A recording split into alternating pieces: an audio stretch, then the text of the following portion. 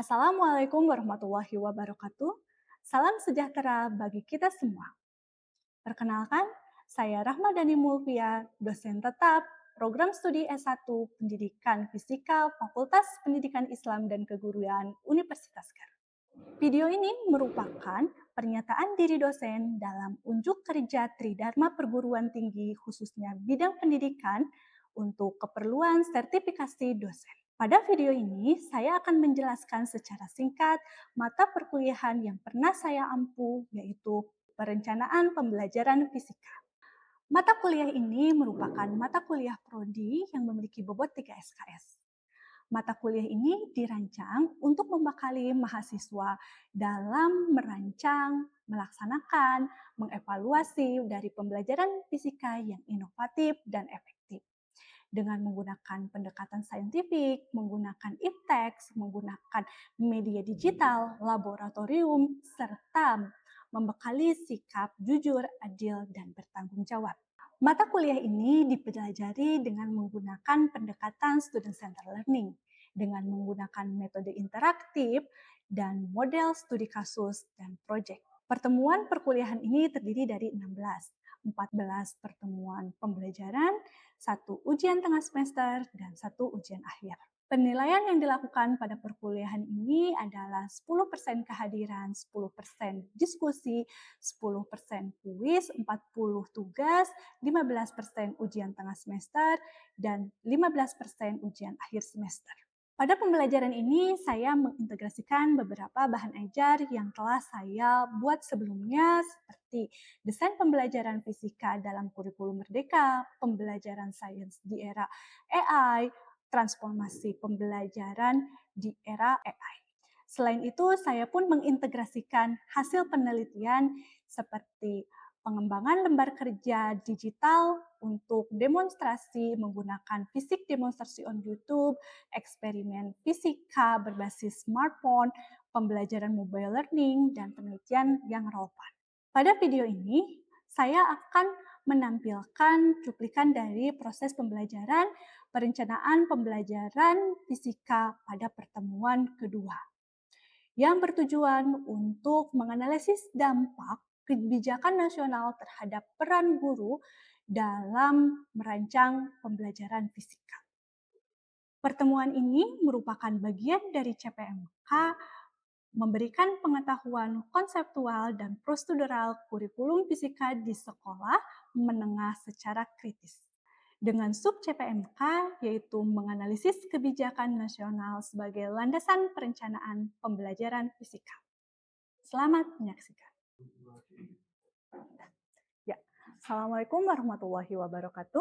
Waalaikumsalam warahmatullahi wabarakatuh. Apa kabar semua? Alhamdulillah, luar biasa. Allahu Akbar.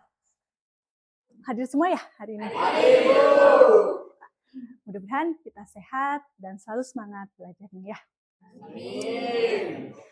Hari ini kita sudah ada di pertemuan kedua pada mata kuliah perencanaan pembelajaran fisika. Pada pertemuan kedua ini kita akan membahas dampak dari kebijakan terhadap peran kita sebagai calon guru. Sebelum kita membahas materi ini, kira-kira teman-teman masih ingat nggak pertemuan yang pertama kita telah mempelajari apa?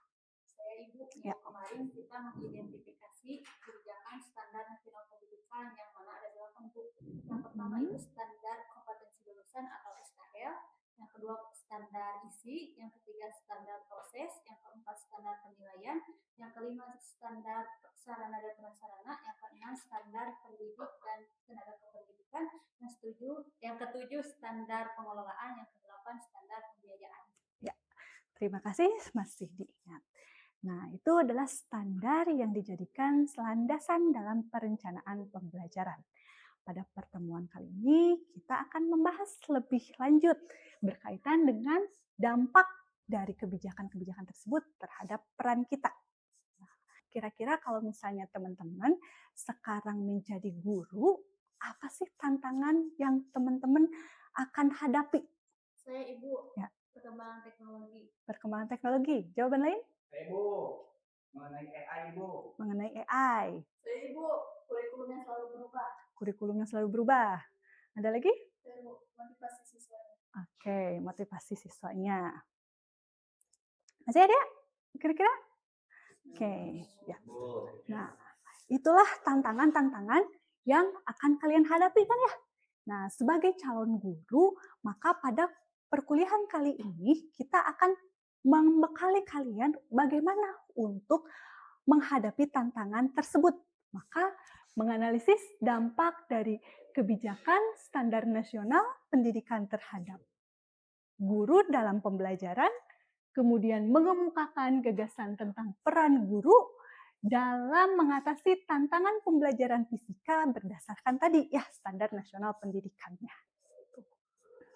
Nah, kira-kira untuk mencapai ini, maka asesmen yang akan digunakan adalah aktivitas kalian dalam pembelajaran serta tugas esai yang akan diberikan di akhir pembelajaran.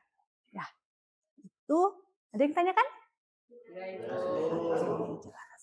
Kira-kira kalau teman-teman jadi guru fisika ini, apa sih yang akan teman-teman lakukan? Saya, Bu. Oke, ya. Mungkin yang pertama-tama saya akan lakukan, mungkin saya akan membaca terlebih dahulu dan mengkaji terus terkait kebijakan terbaru. Takutnya ada kebijakan yang berubah-ubah. Oke. Memahami kebijakan. Kemudian, ya. Saya akan mencari contoh model ajar yang sesuai dengan. Oke, yang kedua mencari modul ajar untuk contoh ya. Oke, kita simpan dulu jawaban dari teman-teman semua. Tadi kan temennya sudah menyatakan bahwa si standar nasional pendidikan itu sebagai landasan ada 8. Nah, kira-kira yang 8 ini yang paling relevan dengan peran kita sebagai guru apa aja sih? Aspek sikap, keterampilan, pengetahuan. Aspek sikap, keterampilan, dan pengetahuan. Standar sarana dan prasarana. Sarana dan prasarana. Oke, ada lagi? Terima kasih jawabannya. Ini adalah kebijakan nasional yang paling relevan dengan kebijakan nasional yang relevan dengan peran kita sebagai guru itu adalah ini. Standar nasional pendidikan itu sebagai payungnya. Dari standar nasional pendidikan diturunkan. Ada SKL, standar kompetensi lulusan, standar isi, standar proses pembelajaran, kemudian penilaian, dan sarana prasarana. Nah, kompetensi lulusan itu adalah kriteria minimal yang harus dicapai oleh siswa ketika dia menyelesaikan sebuah jenjang. Sama seperti halnya kalian. Ketika kalian lulus dari perkuliahan ini, ada yang harus dicapai. Nah, itu yang kalian bisa lihat di RPS. Ada yang katakan dengan CPL. Ya, nah itu. Nah, ada yang tahu kira-kira SKL itu terdiri dari berapa aspek sih? Ya. Tadi salah. SKL itu ada 3 Bu, sikap, keterampilan, dan juga pengetahuan. Ya, ada 3 aspek ya. Nah, ketiga aspek inilah yang harus dicapai dari pembelajaran pada sebuah jenjang. Nah, berdasarkan peraturan terbaru pada tahun 2025, si ketiga aspek ini harus menjadi penguat dalam tercapainya 8 dimensi profil lulusan. Nah, si SKL ini juga merupakan sesuatu acuan kita dalam mencapai atau mengembangkan standar-standar yang lainnya. Selanjutnya berkaitan dengan standar isi. Nah, kalau tadi SKL itu capaiannya, kalau standar isi itu lingkup materinya. Jadi setiap fase jenjang pembelajaran itu ada lingkup materinya. Oh, sama nih, di SMP kita pernah belajar berkaitan dengan suhu. Apa sih bedanya suhu di SMP dengan suhu di SMA? Nah, itu diatur pada standar isi. pada ruang lingkupnya. Ya.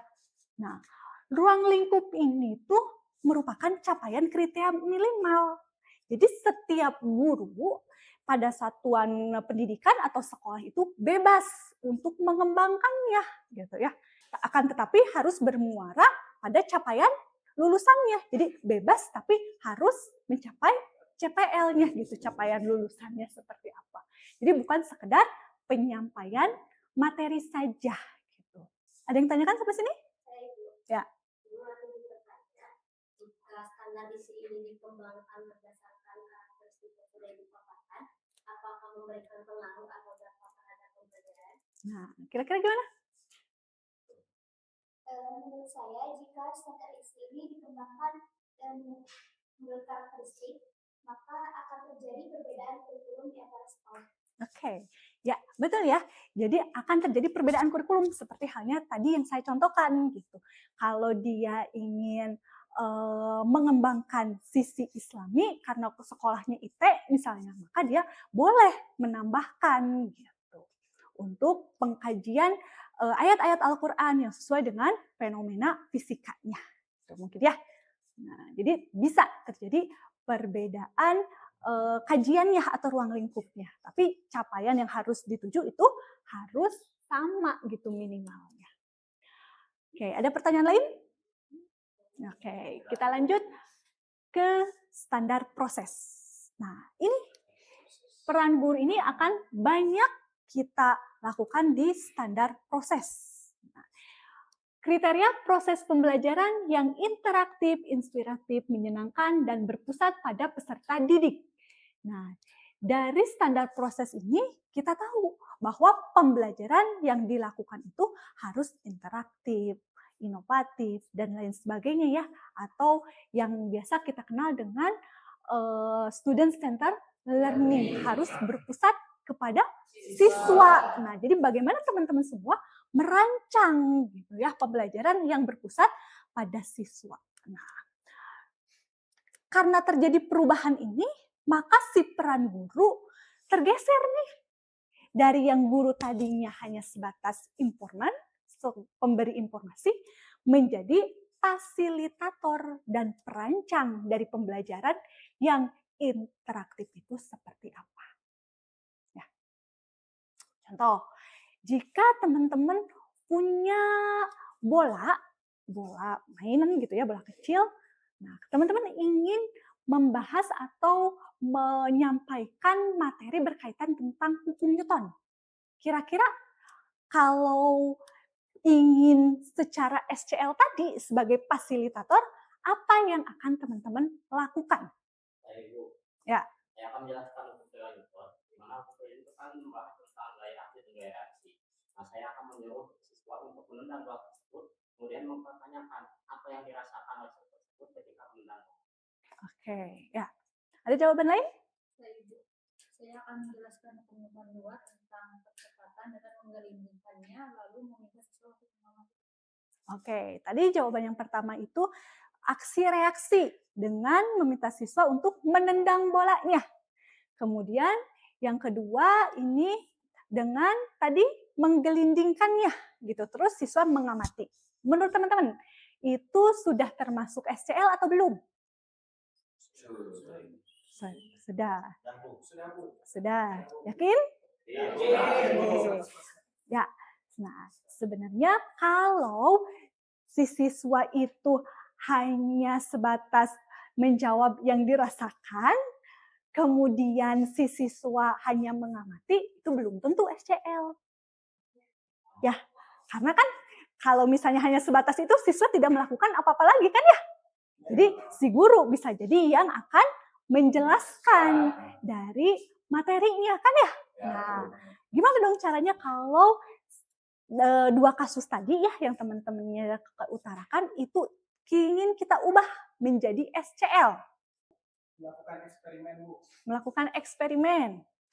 Kalau misalnya berkaitan dengan eksperimen, berarti si siswa diminta untuk mencoba kan ya?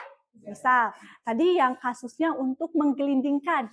Si siswa diminta untuk mencoba menggelindingkan, yang satu misalnya pelan, kedua mah dengan gaya didorong gitu. Jadi gitu ya, dengan kita memberikan dorongan lebih kuat. Nah, bagaimana sih perubahannya gitu.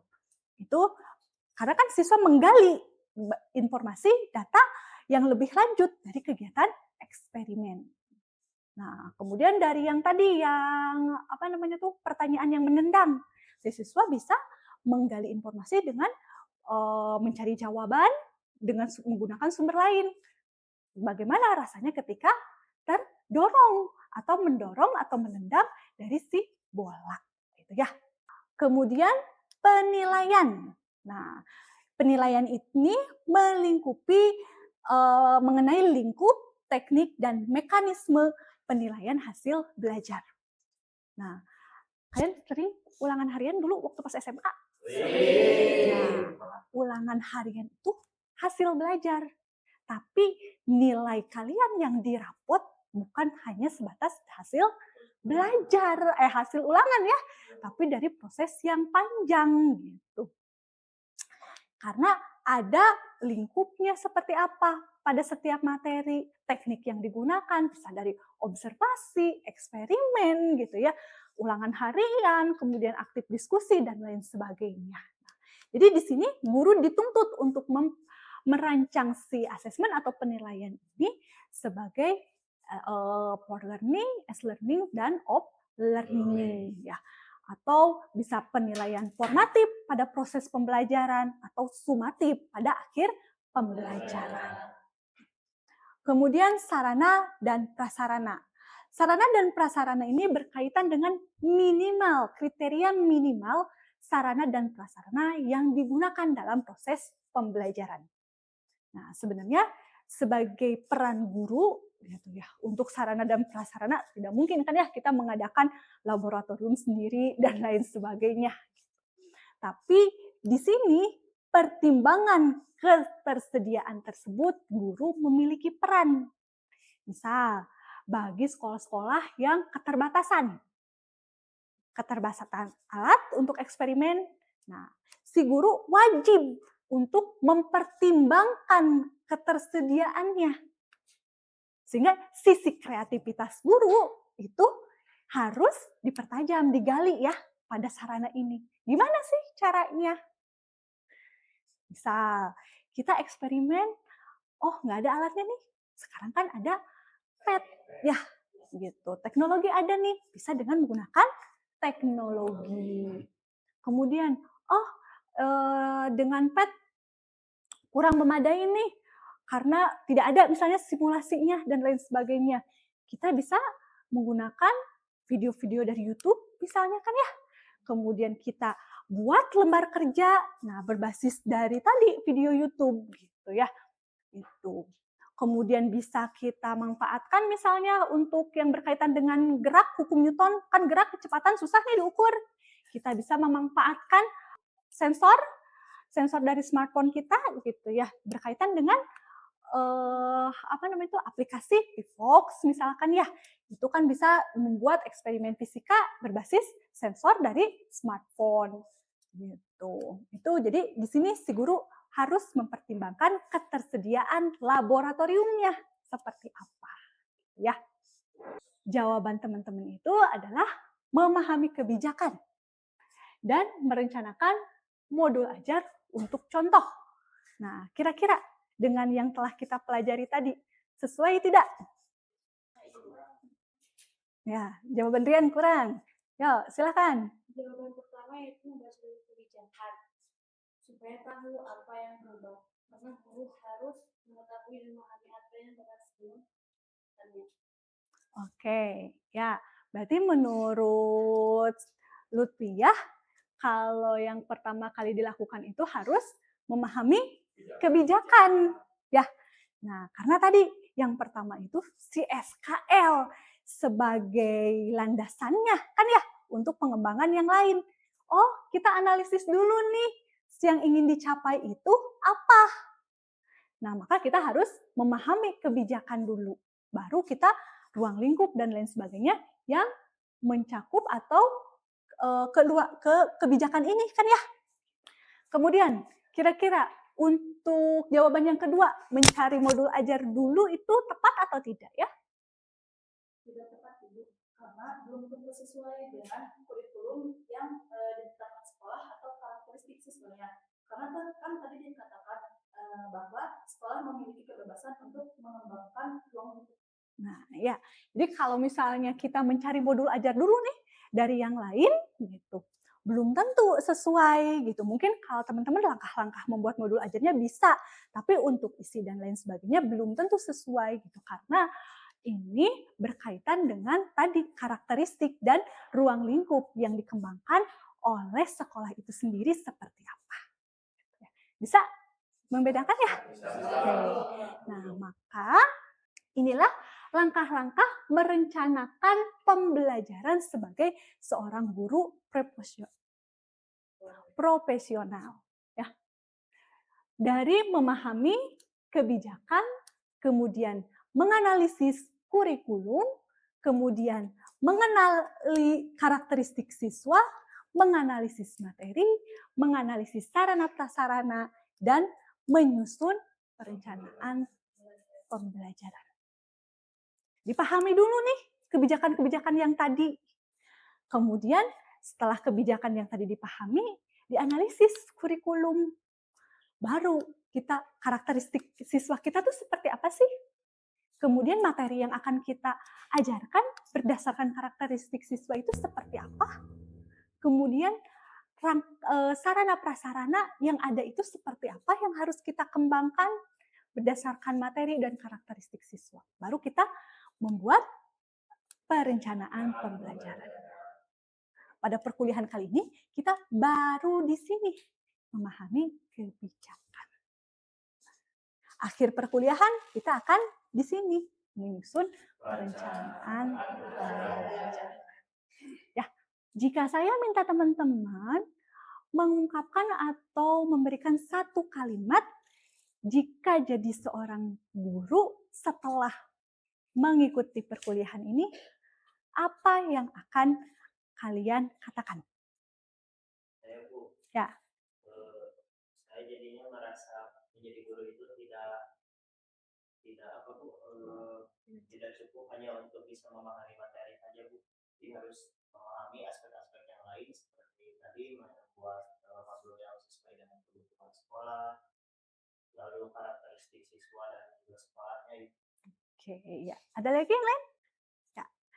Ternyata menjadi guru itu tidak sebatas jadi yang menyampaikan materi, tapi ada kompleksitas kegiatan yang harus kita lakukan kan ya.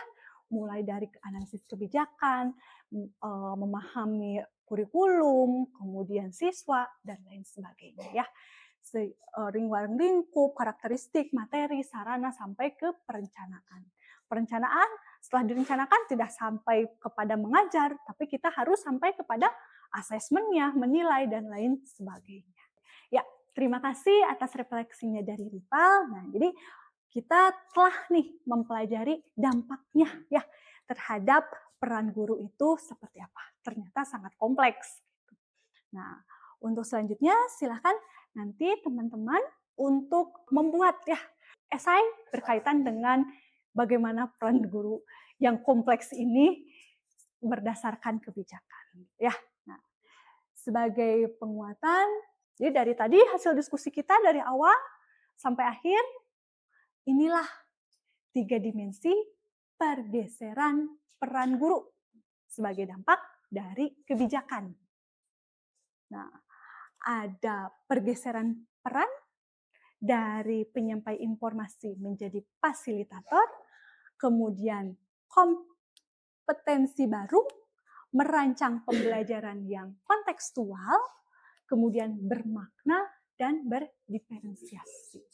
Kontekstual harus dengan kasus nyata, bermakna harus memberikan impact yang baik nih, gitu, untuk berkelanjutan, gitu. Kemudian berdiferensiasi, yang tadi berdiferensiasi terjadi perbedaan akibat ruang lingkup yang berbeda. Akuntabilitas asesmen, bertanggung jawab atas keterukuran proses dan capaian belajar siswa. Tidak hanya di akhir, tapi dari awal sampai akhir itulah harus di asesmen. Ya. Nah, untuk selanjutnya silahkan nanti kerjakan tugasnya. Tugasnya dikumpulkan di LMS pada hari Minggu jam 12. Pada pertemuan selanjutnya, kita akan membahas tentang kurikulumnya, menganalisis kurikulum. Kurikulum apa yang sedang berlaku secara nasional saat ini? Oke, kurikulum merdeka. Jadi untuk minggu depan silahkan kalian bisa baca dulu berkaitan tentang kurikulum merdeka. Ada pertanyaan sampai sini? Jelas, Bu. Kalau jelas semua, terima kasih atas perhatiannya teman-teman semua. Semoga pertemuan kali ini dapat memberikan wawasan dan menjadikan kita guru yang profesional. Saya ucapkan terima kasih. Assalamualaikum warahmatullahi wabarakatuh. Waalaikumsalam. Demikian dokumentasi pengajaran yang telah saya sampaikan pada pertemuan kedua untuk perencanaan pembelajaran fisika. Penyampaian materi atau delivery yaitu dampak kebijakan terhadap peran guru dalam perancangan pembelajaran fisika. Interaksi yaitu melalui diskusi kelas dan tanya jawab. Asesmen dilakukan berdasarkan rubrik, diskusi, dan tugas esai. Semoga video ini memberikan informasi berkaitan dengan pembelajaran yang telah saya lakukan. Terima kasih. Wassalamualaikum warahmatullahi wabarakatuh.